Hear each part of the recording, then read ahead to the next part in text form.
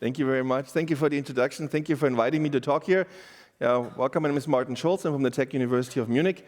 And I'm going to talk a bit about the experience that we have integrating HPC and QC together. We've been on this for the last couple of years.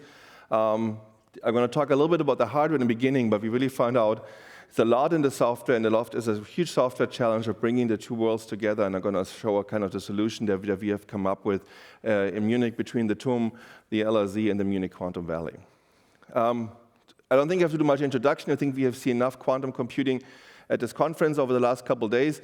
For us, also, our approach is quantum computing is high-performance computing. We don't want to make a big distinction between the two of them. One needs the other, and we see quantum computing as another accelerator that we can propel forward our HPC and also basically help us overcome the diminishing returns of Moore's law.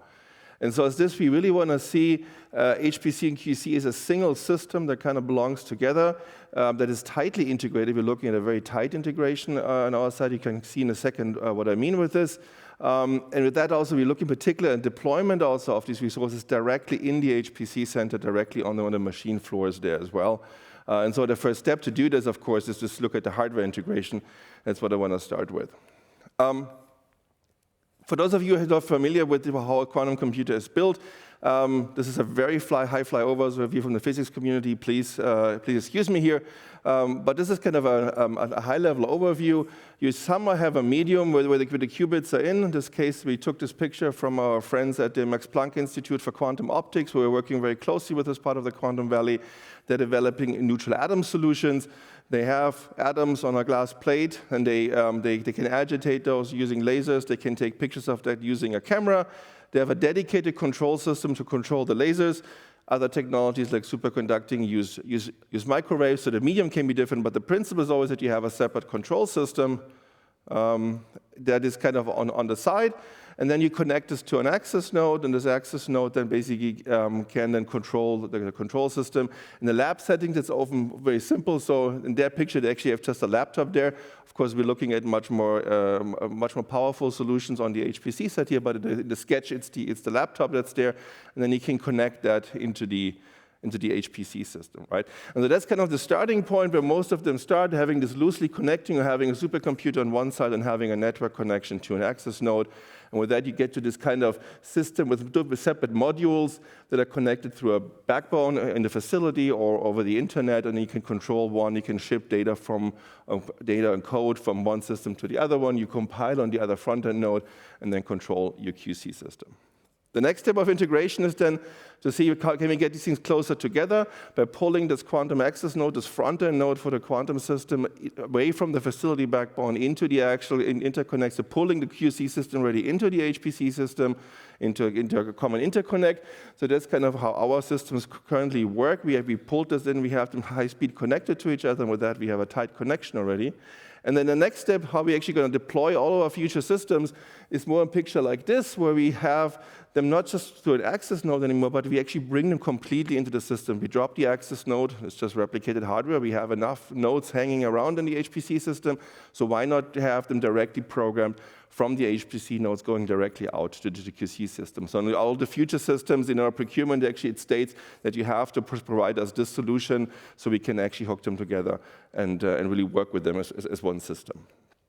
This, of course, now means you have to put them together. They have to be on the same floor, and this is kind of a sketch that we had initially where we wanted to put some of these systems. You see the cryostat and the racks, and I'm happy to say we actually were able to deploy this. So the team at LRZ was able to put this system in. This is a list of systems on the left side that we have our planned. What you see here in the production side is system number 3, actually already, a 20-qubit system that's going to be available in the next couple of weeks, about 1 or 2 months perhaps, for our Bavarian, German, and European user base as a production quantum computer. And you see the racks of the system in the back, the HPC racks in the back, so it's really sitting on the floor in our compute center. That's the production side, but of course that's not how we can do research, so we also have a research lab where we can play with multiple modalities. So the LRZ has established what's called the Quantum Integration Center. You have a superconducting system here. This is a test system, so not the same quality of chip, but enough to do a lot of software testing and software developments with 5 and 20 qubit. a control system already packaged in HPC-capable racks. So again, we're really trying to really work with HPC technology to make sure things are compatible, can be moved into the facility also. So we're working here with standard racks, for example. We have an ion trap system from AQT as well, also with 20 qubits, so we can play with multiple modalities, and then all in one room together with a test bed, which we call the Wolpertinger test bed. For those of you in Germany, you probably should know what this means. There's a whole bunch of different accelerators, including multiple quantum computers. That's the idea. So we can play with both superconducting and ion trapping in there. And so this is kind of the hardware setup that we have, and there was, I don't want to say that it was easy, there was a lot of stuff to do in putting actually these weird systems into existing HPC setups. They have different room requirements, they have different water requirements, they have different air requirements, temperature requirements. But these things were actually, so we had to work through this, and it was good to have them there. But then we went to the next step and say, what do we have to do on the software side, right? And it actually turns out on the hardware side, we kind of think we have under control. The question is now, how do we deal with this system once they're next to each other on the software side?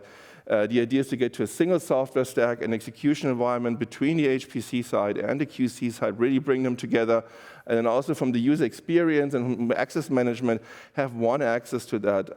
We have the mandate for these systems to actually provide access to the quantum system through the HPC system, and so through the normal user accounting management and so on, not dealing with them as two separate systems. And if you look at them where we are now, the current state of things is often like this.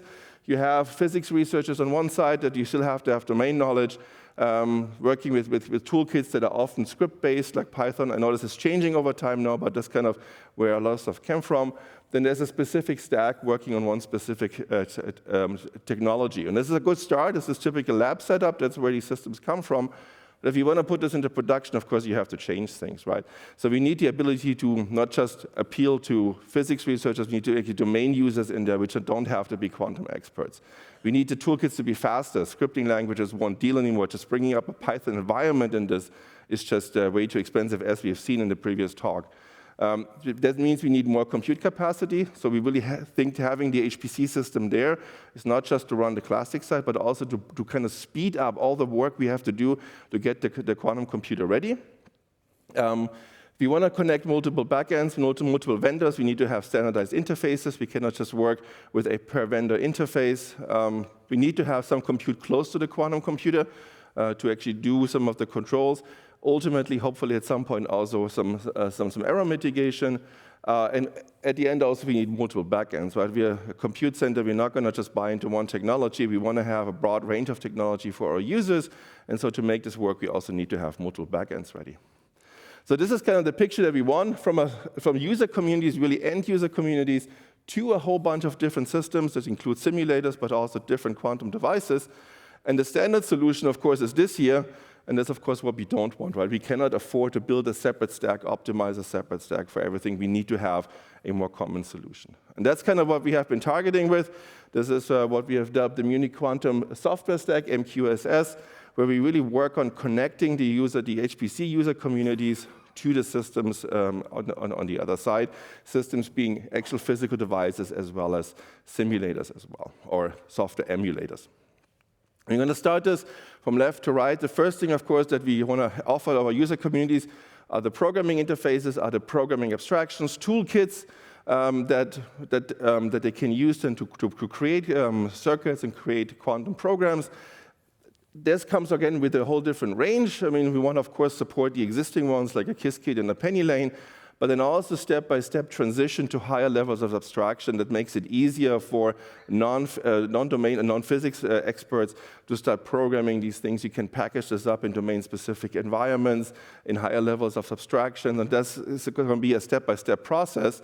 And that's why what we think is really important is to kind of decouple this from the compilation stack, right? Not that we have a language that goes all the way through, but we actually have front ends that then go to intermediate representation, so we can step-by-step translate them, and we can flip out front ends, we can increase abstractions level on the front-end side, and with that evolve the system over time, similar to what we've seen on the classic side as well, right? So from multiple front ends to then the back end that you want on the other side. We're working a lot with the QR standard on this one that gives us this intermediate representation on the side.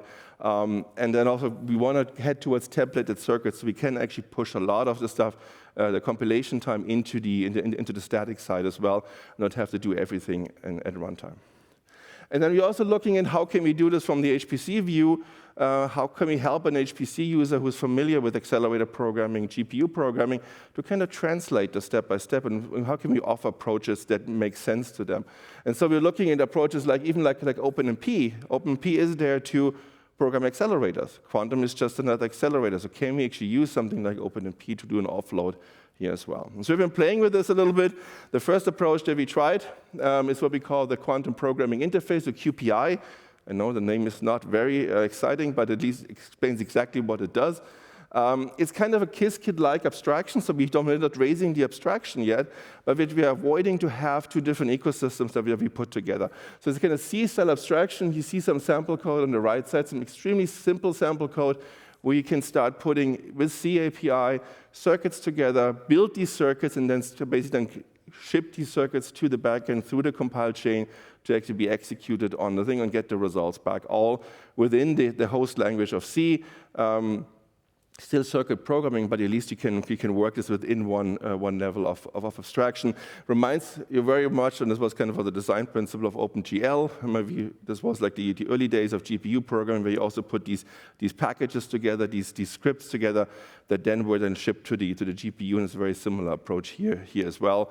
And this kind of maps very well to the task offload, and we don't have really kind of an impact on the data structure on this one as well yet. And if you look at this graphic, these look something like this. This is kind of the vision that we have with that. And this is a typical setup that you should all be familiar with on the HPC side. You log in through a gateway node, you start your script, you run it through something like a Slurm, you get your compute nodes, the daemon starts your HPC application, and then you have the typical libraries. You can communicate between the nodes with MPI. You can have accelerators like NVIDIA GPUs in here using CUDA. You could also use ROCm. You can use other vendors, of course, as well, but it's kind of the idea. You can put accelerators there, and you can also program in QPI. So you can then have another interface in there. And the QPI, of course, doesn't work locally like we have with the GPU programming models, but it would actually go out to a quantum daemon, which then would trigger the translation, and then go all the way to the quantum backend, which then would trigger the execution and bring the results back. This was kind of the more low-level way of doing this. We also experimented with OpenMP.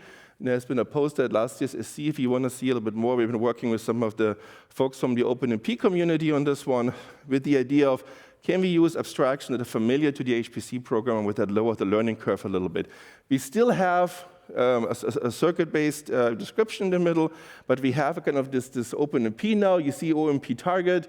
There's actually a loop in there. The loop has a separate meaning in this case. It's kind of to describe the shots that you send out to the back, so you can actually control the shot lengths with that as well in the OpenMP part. Then you have the quantum circuit part, and the compiler can take that, translate this into a QRS circuit, hand this off to the backend, and with that, then run it on the quantum system.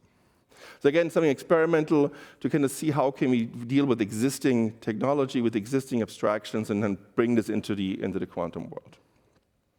So once you have now these circuits and go through the Munich Quantum Software Stack, we have a traditional access model. We can do individual circuits through a web access portal. That's kind of the way we typically program quantum systems these days. But then the way we really see what we want to go going forward is to look at this through the eyes of the HPC system. So you have basically an HPC code, like I showed before with QPI and OpenMP. From there, you can then trigger this and kind of offload to the quantum system. That, of course, has to go through a scheduler now, which brings these two lanes together. I think the talk before by Marco showed exactly where these problems lie. So we have a scheduling resource manager here that's independent of the job manager, which then brings these two lanes back together and close to the execution that runs through a compilation stack. So I already mentioned we're building on QIR here. And then this one has then all the toolkits in we need, all the optimizers, transpilers, verifiers, and also simulators if we need them on the tooling side to kind of give us then optimized circuits on the other side. This is then built on traditional technology, so we're actually using technology that we're familiar with. We're building on LLVM. We're having compiler passes the same way we have as in classic compiler, and this allows us to then plug in the various components that we need on this part. And from there, And we have the circuits, we can now ship them over to the backends, and this again has to go through a standardized interface, so we can go to multiple vendors at the same time. We're developing something called the QDMI, and we have a first spec for that available, and also first implementation available for that, where we can take now this one and target the different backends. Basically, you can query which backends are available in your environment, and then once you have that, you can get a handle on that, and then you can send circuits out to these backends and get the data back on the other side. So that's the QDMI, the Quantum Device Management Interface. And then also on the way back, as we're all very familiar, is that we need to learn what's happening on these quantum systems. We need to understand what the conditions are, where are the good qubits, where are the bad qubits, what are the fidelities, what's happening in the system, do we need to calibrate. So we also have an extraction route out of the systems, again through QDMI, into something what we call figures of merits, which then can be translated back into the compiler and optimizer passes, so they can actually start adjusting their compilation part, and they can adjust the next execution that we run on the quantum system to learn into how to optimize for a particular backend. So basically feedback-guided optimization, which we would call in the classic side, but here, of course, in a much more intense way, because we do it really every single time and not just now and then. And as I said, this compiler, and this may be a little bit of an eye chart here, but just to give you an idea, we're building on traditional technology. We're reusing LLVM here and some of the ideas that have been in the compiler community for a while, and this allows us to actually move quite fast with this. We're starting with an interface for cutters and stitchers, so we can take large circuit, we can cut them up into smaller circuits so they can fit onto the platforms that we have right now. And on the way back, of course, we have to stitch the results back together. Then we're running through a set of passes that are platform agnostic, that we can run across any quantum computer. And then it comes the platform agnostic part as well. So we select the platform in between, and now we can actually have access to live data from these systems. We know what the quality is, what the fidelity is, and we can adjust now our compilation based on that. And this runs through measurements, through a characteristics database, into these figures of merits and constraints, and from there back into the compiler passes, right? And so we have this typical pipeline that we see in compilers that we can drive our execution, our execution and compilation of these circuits. So this kind of completes the picture of the whole stack, going from the abstraction through the scheduling, through the compiler all the way to the backends, and we have this working. We can actually run this on the test system that I've showed you before, and we can actually go all the way from an OpenMP or from a QPI run all the way down to executing both on simulators and on hardware. But what this doesn't come across yet, what was really done though, the real benefit of this whole thing is if you look at it like this, so we can now basically abstract away what is infrastructure. So all the stuff in dark blue is infrastructure. We can write this one time, we can deploy this one time, we can make this available on the system for any kind of backend, and then we can add plugins to that then customize this infrastructure for a particular platform selection strategy, for a particular backend platform with a particular backend interface, different compiler passes. So we can start customizing this for a particular environment. Also, it allows us to deploy new compiler passes really fast, because we can just take the existing infrastructure, add a pass to our database, and with that, and end up with an optimized system. So if you look at this by modalities, you end up with something like this, where you have different modalities with different passes that you can actually run all the way through.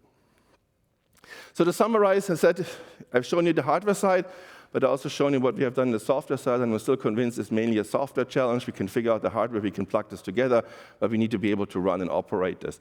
And so we really need a comprehensive software stack for quantum systems that we can enable a wide range of communities to work with us, and we can deliver the efficient workflows that we need, and also then have a production level, production quality environment for multi-user operations. This requires us to have a tight integration. We really believe we have to have them on site, next to each other, really as target as a single system. We need to rely on HPC resources to do the optimization. And with that, we will be getting to the point that we have a single stack of putting the two things together. That's what we've been accomplished with the Munich Quantum Software Stack. We hope to release this later this year. So wait for another 1 or 2 months, and this will be open source, where we have the portal access, programming models, compilers in this existing framework, and then also the right tools that come with it for optimization and verification. And this is, of course, not just my work. It took a lot of work with that. I want to thank my team at the university. I want to thank Laura Schulz's team at the quantum integration, in the quantum department at the LRZ, as well as Robert Willis' team also at TUM. These kind of 3 teams heading the work on the Munich Quantum Software Stack. And of course, also the entire Munich Quantum Valley is about 300-400 scientists working on bringing the quantum science up in Bavaria. And with that, thank you for your attention. Happy to take questions afterwards, and there's a couple URLs if you want more information. Thank you very much.